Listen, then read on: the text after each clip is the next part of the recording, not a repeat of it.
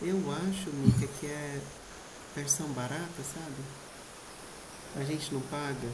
E aí tem que lidar com essas deficiências. Minha boca tá mexendo agora, mas minha voz não deve estar saindo. Então, bem-vinda, viu, Mica? De volta, dá um abraço à sua mãe. E pô, vamos iniciar, Alba? Eu tô animado. Amei esse capítulo. Eu reli ele da terceira vez. Vamos orar? A gente pode agradecer? Eu tô falando muito. Alba, toma a liderança aí, escolhe alguém para orar e dá início. Emanuela, pode orar com a gente? Amém. Senhor nosso Deus, nós te agradecemos por mais um dia, pelas tuas misericórdias, Senhor, que se renovam dia após dia, manhã após manhã, para nossas vidas, casa e família, Senhor. Muito obrigado pelo que o Senhor já nos concedeu neste dia e pelo que o Senhor vai nos conceder neste novo dia, em nome de Jesus. Obrigado por estar aqui, Senhor, porque a tua palavra diz que onde há um ou dois reunidos em teu nome, o Senhor se faz presente.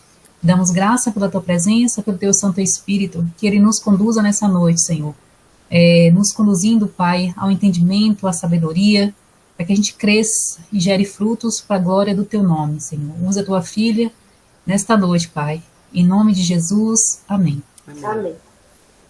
Gente, não sei porque eu estou um pouco nervosa, mas eu fiz um PowerPoint que eu vou tentar colocar aqui, mas antes quero mostrar para vocês que o meu livro é este. Ele é editora Martins Fontes e tem algumas citações que eu coloquei, mas eu coloquei tudo ali no PowerPoint para facilitar para a gente. Deixa eu compartilhar a tela aqui, ver se dá certo. Pois. A do céu é diferente. Pronto, vocês estão vendo aí, né? Deu certo. Estão vendo todo mundo? Beleza. Então, a maneira que eu resolvi fazer essa apresentação é primeiro fazendo um apanhado do livro, do que nós vamos, do que nós temos visto, para a gente pegar o fio da meada, digamos, né? Mas eu vou falando aqui e eu tenho minhas limitações e tal. Então eu gostaria da contribuição de vocês. Se vocês lembrarem de algo, quiser falar, pode me interromper. Eu coloquei a tela cheia para mim, aqui do slide, então talvez eu não vou ver vocês levantando a mão, mas vocês podem abrir o microfone e falar que vai me ajudar lá. Celo levantou a mão. Quer falar, Celo? Só para testar se você enxerga. Ou Alba tem um eco. Se você abrir um outro microfone para testar e fechar esse, você consegue? Fechar o do computador, Você né? tem um do celular e do computador, correto? Só para testar a Correto. voz. Vocês estão ouvindo o eco ou sou eu? Tá ouvindo um pouquinho, mas tô. Eu tô ouvindo o eco também. E agora melhorou? Tá Agora, pior. agora piorou. Ô, gente, agora? Pode deixar do jeito que estava, Alba. Você tá com fone? Ah, não. Não, eu vou fechar aqui, peraí. Mércia, bem-vinda. Vou ficar só com o computador aqui. Vocês estão. Melhorou? Melhorou. Pronto. Então eu vou tirar o. Boa noite para quem chegou. Então eu vou fazer sem o uso do celular, porque eu ia ver a imagem. Aí, se você levantar a mão, eu não vou ver. Tranquilo? Estão me ouvindo? Tranquilo, tranquilo. Estamos. Então, bora lá. Estamos estudando o livro Cristianismo Puro e Simples. Esse livro, e aí, gente, eu vou fazer aqui só uma introdução, para, como eu falei no início, para o fio da meada. Primeiramente, vou falar coisas que já foram faladas, mas para a gente relembrar. Que esse livro, Cristianismo Puro e Simples, ele é, na realidade, um compêndio de alguns livros, porque C.S. Lewis estava falando na rádio. Então, dentro desse livro, tem 4 livros. E, nesse primeiro momento, nós estamos estudando esse primeiro livro, que o título é O Certo e o Errado, como chaves para a compreensão do sentido do universo. Certo? Então, ele vai tratar sobre isso. e é dividido em alguns capítulos. Então, a gente já viu a lei da natureza humana, na reunião passada, algumas objeções, Israel expôs. Hoje vai ser a realidade da lei. Aí, depois nós vamos ver o que existe por trás da lei e, por fim, temos motivos para nos sentir inquietos. E aí, são estas as ideias aí que o C.S. Lewis vai apresentar para a gente.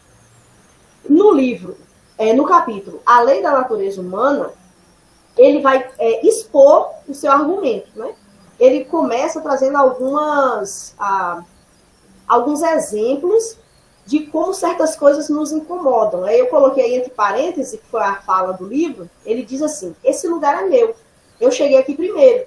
Então, quando isso acontece com a gente, né, você chega, tem um lugar, bota a sua Bíblia ali, aí alguém tira e senta no seu lugar e você tinha expectativas que aquele lugar seria o melhor, você fica frustrado e chateado porque aquela pessoa, ela quebrou uma regra que não está escrita em nenhum lugar, necessariamente, mas que incomoda. E aí ele vai falar que o padrão de comportamento que o outro deveria saber. Então, teoricamente, certas coisas, todo mundo, a gente entende que sabe, e que, por saber, deveria viver a partir desse entendimento para que a gente vivesse em harmonia. Aí, ele diz que há um consenso, acho que ele não usa bem essa palavra, mas entre o que é certo e o que é errado. Então, ele começa, nesse primeiro livro, a expor a lei natural, lei do certo e do errado, e a lei, ou então a lei da natureza humana. Ele usa algumas frases para tentar passar para a gente essa lei da natureza humana que existe, que está gravada no nosso coração, na nossa consciência, e que todo mundo sabe. E aí ele vai contrapor outras leis, por exemplo, todas as outras leis, gravidade, hereditariedade, essas leis não podem ser desobedecidas. É outra coisa interessante, porque realmente as leis que estão postas na natureza, ninguém consegue desobedecer. Mas a lei da natureza humana pode ser desobedecida e nós vamos ver que ela é bastante desobedecida, né? E ele termina o livro, ou o capítulo, chegando a essas conclusões. E no meu livro está na página 12. São essas, pois, as duas ideias centrais que pretendia expor. Primeiro, a de que os seres humanos em todas as regiões da Terra possuem a singular noção de que devem comportar-se de certa maneira e, por mais que tentem, não conseguem se livrar dessa noção. Há uma obrigatoriedade, digamos, de que há uma lei e eu preciso cumprir. Então, ele chega nesse primeiro ponto. A segunda conclusão que ele chega é que, na prática, não se comportam dessa maneira. Então, apesar da gente ter esse ímpeto de que a coisa certa deve ser feita, a errada deve ser corrigida ou não feita, na prática, a gente não se comporta como deveria. Os homens conhecem a lei natural e transgridem-na. Esses dois fatos são o fundamento de todo pensamento claro a respeito de nós mesmos e do universo em que vivemos. E foi isso que foi tratado nesse primeiro livro, que a gente já conversou a respeito, que C.S. Lewis apresenta essa lei natural que está colocada em todos os seres humanos, em todas as culturas. Eu acho que da outra vez a gente até falou um pouco sobre a questão de culturas, principalmente no outro livro, no outro capítulo, né? Que vai tratar sobre algumas objeções. Como Lewis apresenta os seus argumentos ali pela rádio, ele recebe um feedback. E ele depois apresenta isso no livro, né? Algumas pessoas se levantam para questionar, para expor sua ideia, achar que aquilo ali é meio que absurdo. Então, ele tem esse feedback. E aí, ele, nesse segundo livro, a gente viu algumas dessas objeções. A primeira objeção é que a pessoa vai falar, não existe uma lei natural, existe um instinto gregário. E ele usa alguns exemplos. O Lewis gosta muito de usar exemplos. Às vezes eu tenho até dificuldade de entender algumas coisas, mas enfim. Ele fala sobre o homem perigo e diz que o instinto gregário nos impulsiona a prestar socorro. E o instinto de autopreservação nos impulsiona a fugir. Então, existe esse dualismo, né, dentro do ser humano. Só que Lewis vai falar que a lei moral nos informa da melodia a ser tocada. Nossos instintos são meras teclas. Então, ele traz para o nosso imaginário um piano, onde esses instintos de lutar, de fugir, de socorrer e tal, esses instintos estão lá. E em alguns momentos você vai teclar ele ou não, mas a melodia é que é a lei moral, que vai falar fundo ao seu coração o que é certo para fazer. A lei natural ou lei moral não é instinto. Então ele também deixa isso claro no livro 2. Ele explica, olha, eu não estou falando para vocês sobre instinto. Lei natural não é instinto.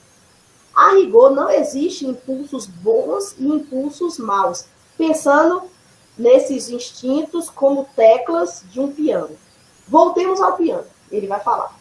Não há nele dois tipos de notas, as certas e as erradas. Cada uma das notas é certa para uma determinada ocasião e errada para outra. E ele vai usar o exemplo da guerra, por exemplo, né? Na guerra você tem que ser agressivo. Então a tecla lá de agressividade, de coragem, de socorro, você tem que teclar ali, porque o momento pede isso. Mas em outros momentos você deve não tocar essas teclas e tocar outras. Então, ele vai nos explicando a diferença entre o que é um instinto gregário e o que é a lei moral, a lei natural que está lá, e essa é a melodia. Seguindo. Aí, ele diz o seguinte, essa citação aí na página 16. A lei moral não é um instinto particular ou um conjunto de instintos. É como um maestro que, regendo os instintos, define a melodia que chamamos de bondade ou boa conduta. Uma outra objeção que surge, que a gente já discutiu, é a convenção social. Que eu acho que na nossa discussão a gente falou até questões de cultura, né? Algumas pessoas podem dizer assim, não existe uma lei moral, uma lei natural que nos dirige para o que é certo e o que é errado, essa distinção clara. O que existe, as pessoas vão falar, é uma convenção social, é uma construção social, é a cultura. Então, cada cultura vai agir de determinada maneira, porque isso foi criado no ser humano. C.S. Lewis ele vai contestar isso. E nós, da outra vez, até falamos a respeito sobre questões povos indígenas, por exemplo. Eu vivi lá entre o povo Deni. E lá eles não têm a nossa cultura, a cultura brasileira. Eles não foram influenciados lá pela cultura grega, romana, judaica, mas eles, no seu comportamento, demonstram certas coisas erradas. Por exemplo, entre os Deni, o roubo é feio. É uma coisa que eles sabem que é errado. Quem falou para eles? Não tem uma lei, não tem o cristianismo lá, mas eles entendem que é errado. O roubo é errado, a pedofilia é errada. Eu digo isso porque tem aquele caso lá assim, e é muito mal visto, mas não tem isso. Por quê? Porque a lei moral está em seus corações. E aí C.S. Lewis vai dizer o seguinte: no momento em que você diz que um conjunto de ideias morais é superior a outro, está, na verdade, medindo-os ambos segundo um padrão e afirmando que um deles é mais conforme a esse padrão que a outro. Eu acho que, pensando nessa citação do C.S. Lewis, me lembra o relativismo, né? Muita gente vai dizer, o que é certo para você não é certo para mim e tal, mas sempre essa pessoa tem um padrão em mente para poder dizer que o seu pensamento é certo, o do outro é errado. E C.S. Lewis combate isso. Continuando, o padrão que os mede, no entanto, difere de ambos. Você está, na realidade, comparando as duas coisas com uma moral verdadeira e admitindo que existe algo que se pode chamar de o certo. E geralmente os relativistas são assim. Apesar deles dizerem que são relativistas, eles são firmes naquilo que eles acreditam como certo. Voltando, independentemente do que as pessoas pensam, e está admitindo que as ideias de alguns povos se aproximam do mais certo que as ideias de outros povos. Então, aí nós fechamos o capítulo 2 com essas... ele argumentando e mostrando que o Instituto Gregário, que a Convenção Social, são outras coisas, mas a lei moral é totalmente diferente. No capítulo 3, que agora nós vamos entrar, se eu estiver falando rápido, se vocês quiserem interromper, pode falar, tá bom? Eu vou assim, ó, falando um pouco rápido. O capítulo 3 vai falar sobre a realidade da lei. E ele, C.S. Lewis, começa o capítulo 3 relembrando a gente o que ele falou no final do capítulo 1, que é o que mais ou menos está escrito aqui nesse slide para vocês. Ele vai dizer sobre as duas características da humanidade que ele concluiu no capítulo 1. Os seres humanos, ponto A, estão assombrados por uma ideia de conduta correta, lei moral. Então, os seres humanos entendem que eles sabem o que é correto. E por quê? Porque quando acontece alguma coisa injusta, alguém sentou no lugar que era meu, já sobe aquela nervoso, aquela raiva de, você não está certo, você roubou o meu lugar, né? Então tem esse incômodo no coração. Ponto B. Frequentemente, não vivem de acordo com essa conduta, que foi o que o C.S. Lewis falou no final. Apesar da gente ter esse padrão de justiça, do bem, da boa conduta, nós não conseguimos viver de acordo com essa conduta, e quando nós olhamos para o outro, nos incomoda o outro não viver segundo essa conduta. Isto é considerado por Lewis, isso é considerado curioso por Lewis, pois indica algo além do mero comportamento. Eu enumerei assim, ponto 1, ponto 2, para eu conseguir entender aí a linha de raciocínio, né? Para mim fez sentido, espero que para você também. O propósito da análise, segundo Lewis, não é julgar a culpa individual. Então, ele não está querendo aqui achar isso. Mas, sim, a busca pela verdade sobre o comportamento humano, mas principalmente sobre essa lei moral. Ele busca se, tipo assim, o que ele está expondo é a verdade, né? E o fato de reconhecermos imperfeição sugere que existe um padrão objetivo de conduta. E foi até isso que levou Lewis à conversão, quando ele percebeu que há um padrão de justiça, de bondade, que nós, tipo assim, nossa alma clama, mas que a gente não vê posto nessa vida. Isso trouxe para ele uma inquietação. A caminhada dele para a fé foi justamente essa inquietação de perceber que existe um padrão, existe algo que o ser humano não alcança, mas almeja, né? Por isso que os livros dos Lewis sempre nos remete a uma coisa superior fora dessa realidade. Porque no céu, por exemplo, né, teremos a justiça completa, a bondade completa e tal, mas aqui tem problemas, mas no nosso coração tem essa semente de que algo está errado por aqui. E aí ele vem usar um exemplo. Ele gosta muito de exemplos. Se considerarmos um ente como uma pedra ou uma árvore, ele é o que é e não há sentido em dizer que deveria ser de outro jeito. É claro que podemos dizer que a pedra tem a forma errada, se pretendemos usá-la para uma construção. Ou que uma árvore não é boa, porque não faz sombra suficiente. Porém, isso significa tão somente que a pedra ou a árvore não se prestam ao uso que queremos fazer delas. não as culpamos de terem tais ou quais características, a não ser como piada. Temos consciência de que, dado um determinado clima e tipo de solo, a árvore não poderia ser em nada diferente do que é. A árvore que, de nosso ponto de vista, chamamos de má, obedece às leis de sua natureza, tanto quanto a que chamamos de boa.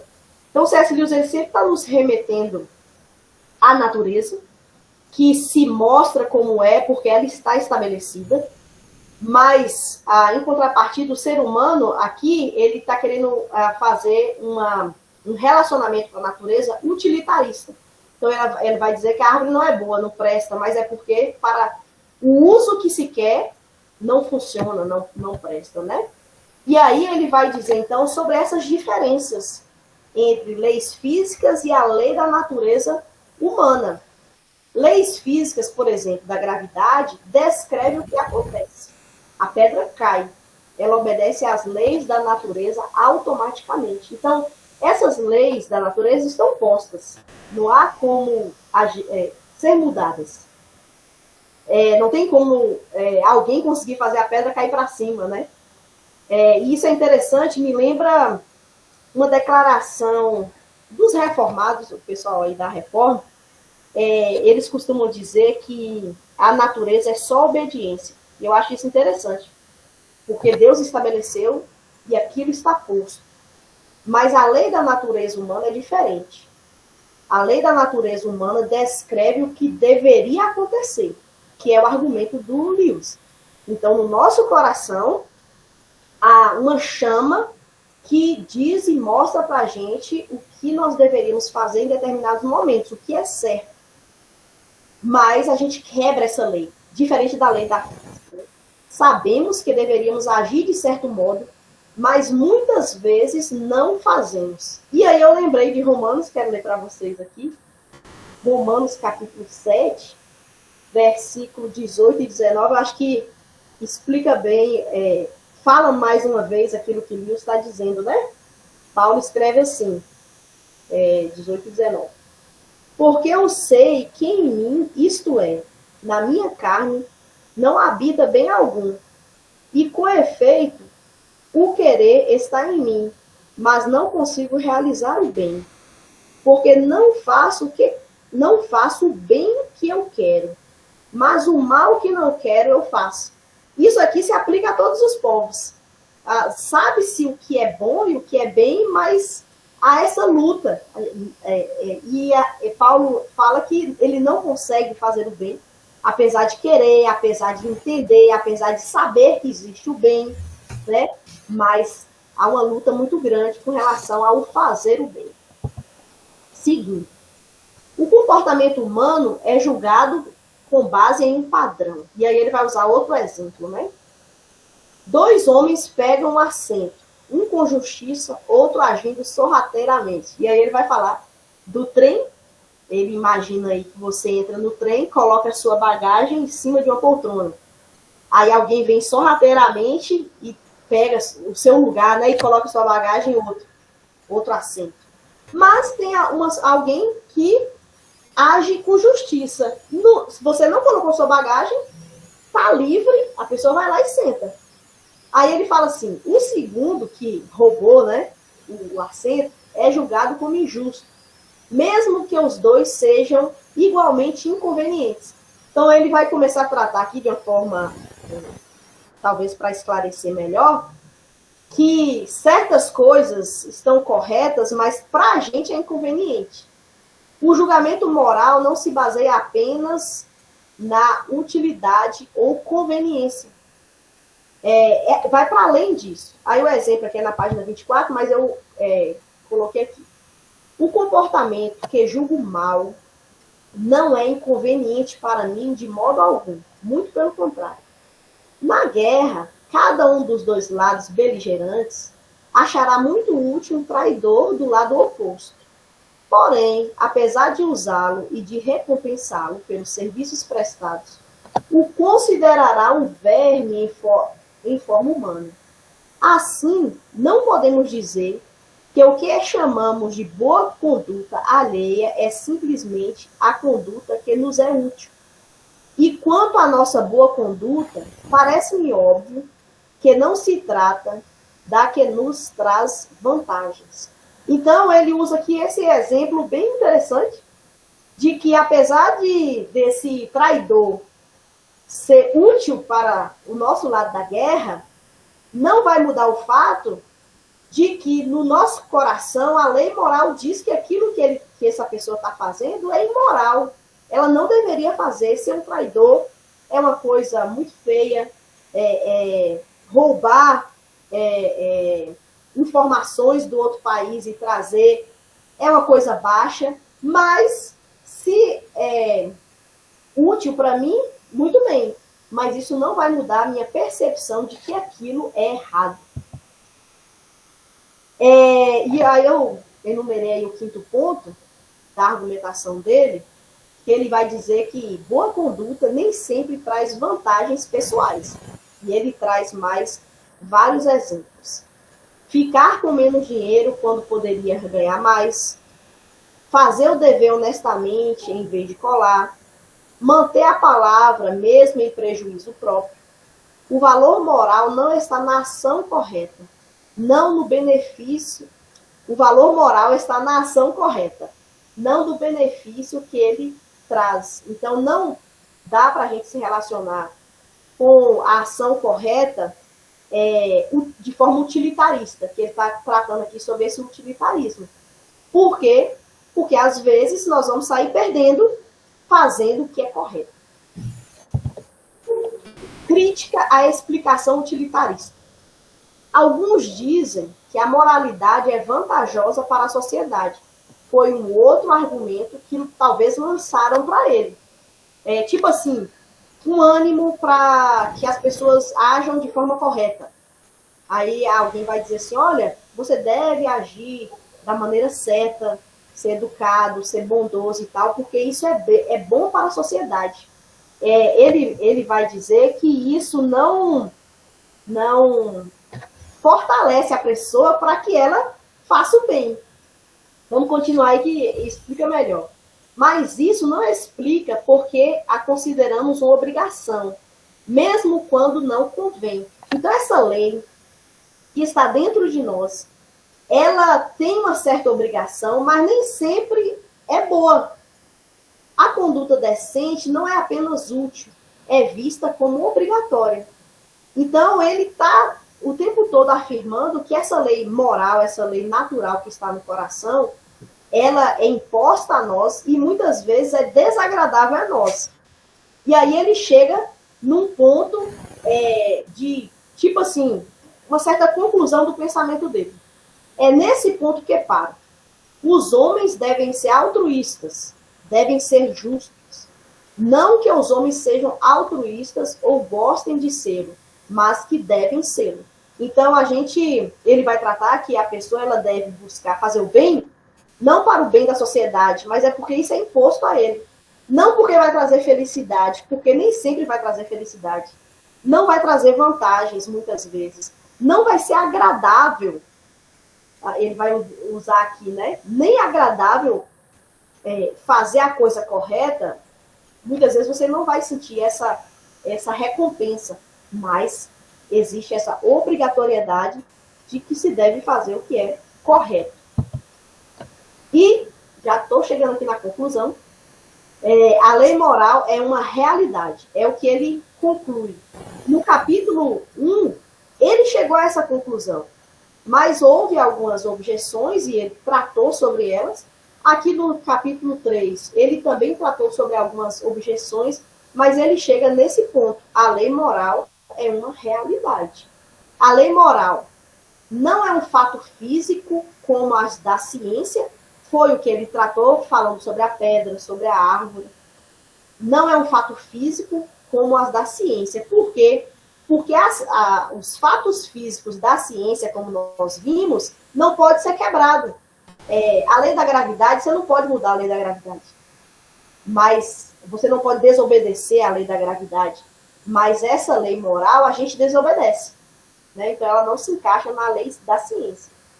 Não é uma invenção humana, já que não conseguimos nos livrar dela. E eu achei é bem brilhante essa conclusão dele, porque eu que tive a experiência de viver com uma outra cultura tão diferente da nossa, que é uma cultura indígena, eu vi que realmente as pessoas lá não se livram dessa lei. Apesar de não ter uma Bíblia, de não ter uma Constituição, de não ter as influências que nós temos, e aí alguém poderia argumentar, a gente acha que é certo isso e aquilo, porque a gente tem a origem aí cristã, tem a cultura grega, pessoas podem dizer que foi influências que nós recebemos. Mas, quando eu fui para essa cultura indígena, eu vi que eles, não tendo essas influências, eles consideram errado roubar, errado brigar, errado trair a esposa, mas tudo isso eles quebram, e eles sabem que é ruim. E nessa cultura que eu vivi, o povo Deni, eles fazem até uma festa que é bem interessante. O nome, eu meio que perdi o nome, mas é Imamusinahá. Eu esqueci aqui como é que fala. Quando o Jonathan estiver aqui, vocês perguntam para ele, mas a tradução é Festa das Boas Conversas.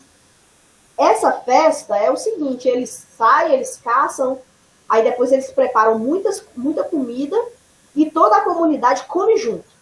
E a ideia de comer junto ali é para que eles possam rir, eles possam conversar de qualquer coisa. Porque nessa ação, eles acreditam que resolvem os problemas que eles têm. As brigas, os roubos, as traições, eles não expõem isso, né? E não tentam tratar isso. Pedir perdão, por exemplo, não existe lá. Mas eles tentam organizar para que a boa conduta aconteça novamente. Porque em seus corações está lá. Olha, a gente está numa má conduta, a gente precisa ter uma boa conduta. Então, eles tentam artificialmente transformar o coração deles e eles acabam falhando, né? Porque só o Espírito Santo pode mudar o nosso coração. É uma realidade objetiva, a lei moral, acima dos fatos comuns, que nos obriga interiormente. Ele chega a essa conclusão, de que a lei moral ela é objetiva, ela é uma obrigatoriedade que está no nosso coração, ela nos revela o tempo todo como nós devemos seguir. Talvez aí também a gente poderia usar, não sei, a consciência, está sempre ali nos alertando, e está firme no nosso coração isso daí. Mas a gente acaba transgredindo. E, para terminar, o capítulo termina, na minha página 28, as últimas linhas do capítulo, ele fala isso daqui. Uma lei verdadeira que nenhum de nós elaborou, mas que nos sentimos obrigados a cumprir. Achei fantástico, porque eu entendo e eu consigo perceber isso muito tranquilamente, de que de verdade é uma lei verdadeira que nenhum de nós elaborou, mas que sentimos obrigados a cumprir. Como Paulo fala, o bem que eu gostaria de fazer, que eu sei que eu deveria fazer, esse eu não faço. Mas o mal está sempre diante de mim. E chego aqui à conclusão da minha apresentação aqui, achando esse capítulo muito interessante. E quero ver aí a colaboração de vocês, o que vocês pensaram a respeito do capítulo que vocês leram, né? Vou encerrar a apresentação, tá bom? Só para complementar, Alba, Samuel trouxe, acho que foi Romanos 2, 14 e 15, né? Que fala que os gentios aparentemente têm a lei dentro deles. E Paulo até fala, escrito nos corações dele, né? A consciência testificam contra eles, né? Então, o que eles fazem e eles sabem o que está certo e o que está errado. Verdade. Por isso até me fez lembrar, eu já ouvi o pastor Vitor, né, falar, o pastor Rodrigo, no trono branco, quando a humanidade for julgada, por uma régua, por um padrão, mas que ninguém vai poder dizer que não sabia ou Eu nunca fui avisado, né? Mas essa lei impressa nos corações já está ali avisando de que há o bom, o certo e o errado que acaba sendo praticado.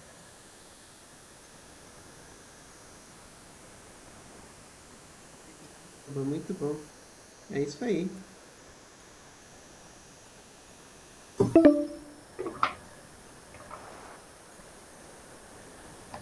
Deixa eu forçar aqui uma fala dos outros. Manu, alguma observação, Manu? Primeiro, parabenizar a Alba, foi excelente fazer esse resgate também dos últimos capítulos que a gente estudou. E foi bem organizado, didático, muito bem. E eu só quero lembrar, ela falou sobre essa questão do apóstolo Paulo, e ele fala, e eu estou reforçando que a natureza vai testemunhar a favor, né, no grande dia, porque eles são indesculpáveis, porque a natureza vai dizer e da existência de Deus, de um Deus criador. Então, é só esse comentário mesmo, mas realmente são argumentos assim que ele traz que são brilhantes.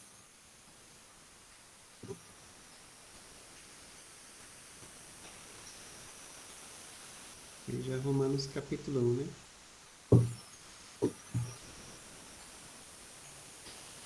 Mica, você tem alguma observação?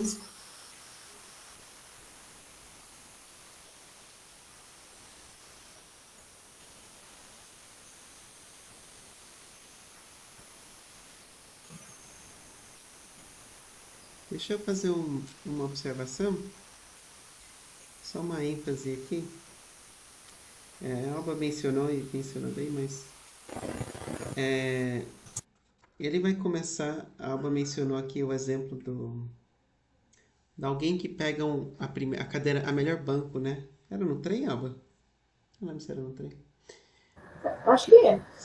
O meu Covid já não me ajuda mais, né? E ele falou que essa pessoa sai para o banheiro, alguma coisa, e o outro vai lá e pega essa cadeira. Ele está falando que os dois pegaram o mesmo banco. Ele pegou o melhor assento. Só que nós vamos acusar o outro de fazer algo errado. Ele não era devido, o outro chegou primeiro, né? Mesmo que a ação foi igual. Ele vai usar isso para diferenciar a natureza, né? Não é o fato de sentar numa cadeira. Tem alguma coisa por trás que é diferente do que é observável. E ele vai começar a fazer a comparação entre a lei da natureza. E enquanto a natureza faz uma coisa porque ela tem que fazer, né? A gravidade traz para o chão, como a Alba já enfatizou. Ele vai falar que a lei moral ela é quase o oposto. A maioria das vezes o bem é inconveniente e o mal é conveniente. E mesmo assim a gente sabe que está errado. Ele tenta reverter assim porque a gente já não pode mais falar, não, mas as pessoas fazem o bem porque eles sabem que no final é bom para eles. Na verdade, não. As pessoas fazem o bem mesmo quando é mal para eles, geralmente é mal para eles. Mas tem alguma coisa impulsionando. Então, o que ele está construindo aqui, que é a conclusão lá no final, né, que a Alba ressaltou, é que ele é absolutamente contra os instintos, né? Os instintos, assim, os nossos impulsos que a gente quer fazer. Ele é contra aquilo que a gente está fazendo ou contra aquilo que a gente vai fazer naturalmente. E ele é tão contra que deve ser uma existência que não é de nós, a gente não gosta dela, né? Ela impõe contra nós, ela dita, ela nos acusa e o ser humano quer fazer o oposto na maior parte das vezes.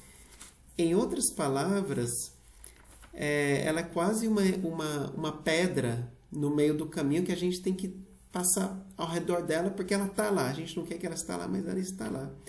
Então ele vai falar no finalzinho, é uma realidade, mas ela é diferente das realidades dos fatos. O que C.S. Lewis, enfim, está construindo existe uma realidade, Platão vai chamar das ideias, né? Dos universais. Eu acho que a gente talvez não quer fazer essa analogia tão próxima, mas existe uma realidade apesar dos fatos observados por nós, e ela é real. E é por isso que ele dá tanta ênfase nisso, né? Ela está lá, ela nos acusa, e ela é inconveniente, mas ao mesmo tempo todo mundo está ciente que ela está lá, né? Só para a gente distinguir aqui as realidades, os particulares, eles existem individuais, né? Com as essências ao redor deles. As existências universais, que Platão vai chamar de ideias, né? Elas são compartilhadas entre todo mundo tem ciência dela, né? É uma existência que está lá, está presente, todo mundo está ciente dela, mesmo que ela não é algo observável, né? É um tipo de existência, de ciência universal. A Alba pode me ajudar com esse conceito, ela é filósofa também. Mas é mais ou menos nessa linha, né? Existe um tipo de existência diferente e essa lei tem esse tipo de existência.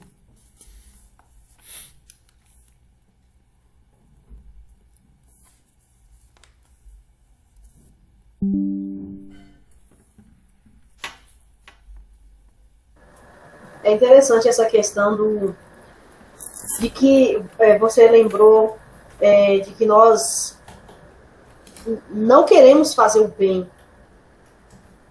A gente luta contra ele e em determinados momentos a gente até camufla coisas ruins como se fossem boas.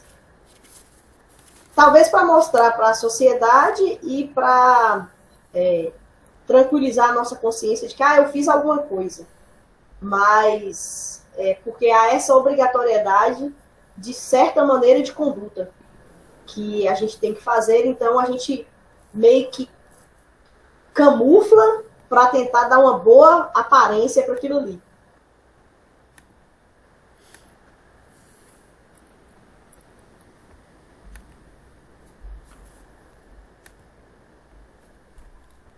Nica, você quer falar alguma coisa?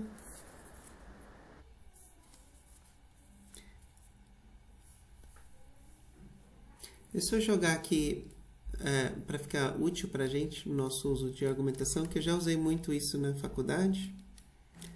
O argumento que Lewis está usando, no final das contas, é isso. Existe uma lei moral. Todo mundo sabe que existe. Não é possível existir uma lei moral se Deus não existe. Isso é fato. Não pode ter uma lei absoluta. Não pode ter uma verdade absoluta, né? Se não existe um ser absoluto, e um juiz absoluto, um ser por trás. Logo, Deus existe. E daí, o ateu, ele vai ter que negar a lei moral.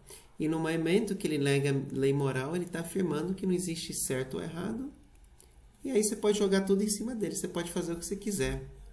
Eu posso fazer o que eu quiser, inclusive, por exemplo, a gente sempre usava isso, né? Se eu matar sua mãe, então tá errado. Não tem errado, né? E ele vai ter que falar, não, tudo bem. Você pode matar minha mãe. E tanto faz, é igual, sei lá, rachar um pedaço de lenha, né?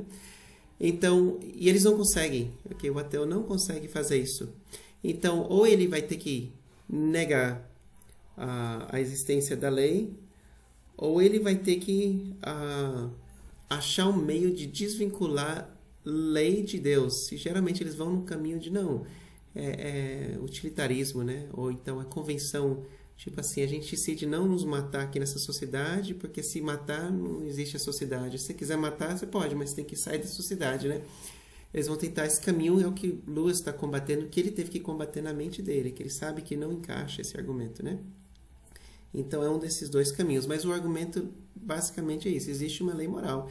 E você consegue provar para qualquer ateu que eles acreditam nisso. É por isso que eles não matam as pessoas. Eles não matam. Muitos ateus vivem uma vida mais santa que muito crente. Porque eles sabem que está errado. Se eles sabem que está errado, eles têm que admitir que Deus existe. Então, basicamente, para nosso uso prático, a gente consegue usar esse argumento e é um argumento muito fácil de usar com as pessoas. Fica bem claro com eles, né?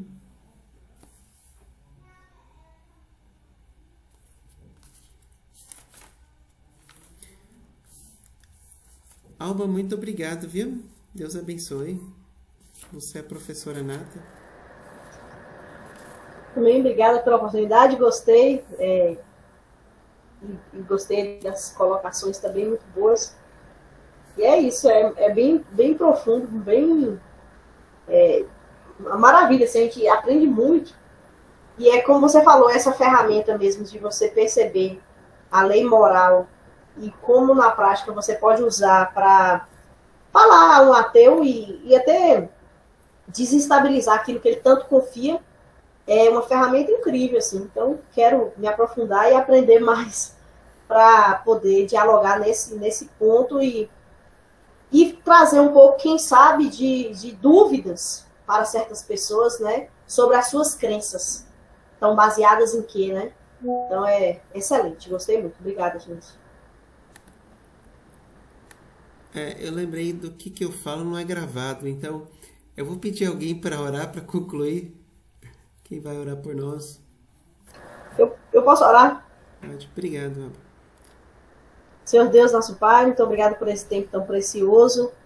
Te peço, ó Deus, que o Senhor nos capacite a, quando formos inquiridos, ó Deus, darmos razão da nossa fé, com confiança no Senhor e também com sabedoria e inteligência, ó Deus.